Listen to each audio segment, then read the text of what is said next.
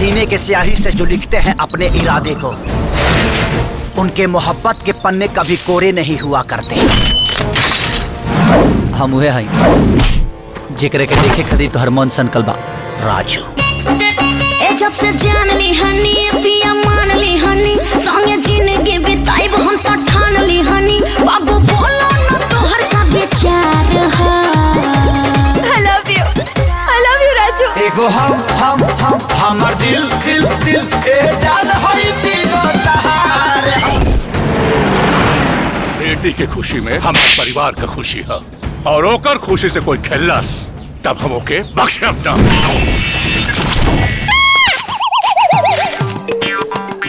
चल तू भाई बला को टाल तू। अरे भांजी ये केकरा से प्यार करता है? हमार बेटी तोहरा के जीवन साथी चुन ले बाड़ी, और 15 दिन में अगर तू 15 लाख कमा के लिए तो हम अपन बेटिया का हाथ तोहरे हाथ में दे दे। कुछ कर गुजर ऐसा कि दुनिया तमाम हो जाए, आशिकों के जुबा पे तेरा भी नाम हो जाए। हम कह देली ना तू घर छोड़ के कहीं ना जाइबे। इतिहास दोबारा ना दोहराई, हम वादा करता।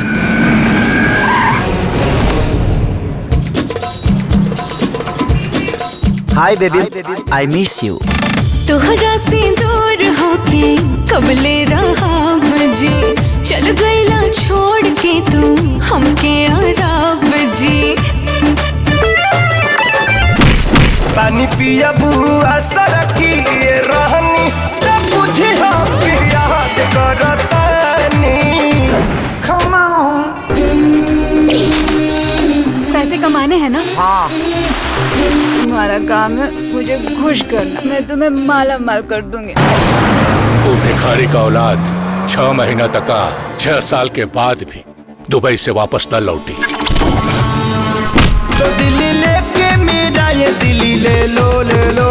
मैं पबजी की गेम बन गई हूँ, राजा जी आके खेलो। मैं पबजी की गेम बन गई हूँ, राजा जी आके खेलो। मेरी नजरों के सामने उस कमबख्त का पासपोर्ट जलाओ।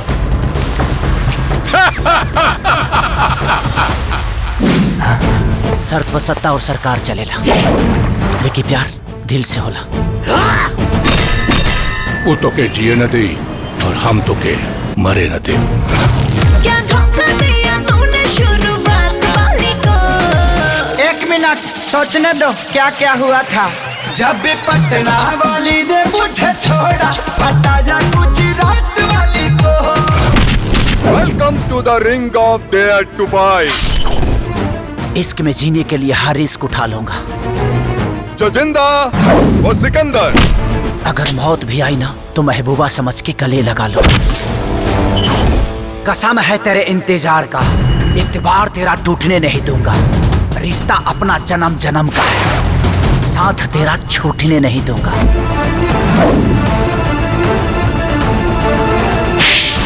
कि हम हिंदुस्तानी अपने वतन के लोगों के लिए जान दे भी सकते हैं और ले भी सकते हैं।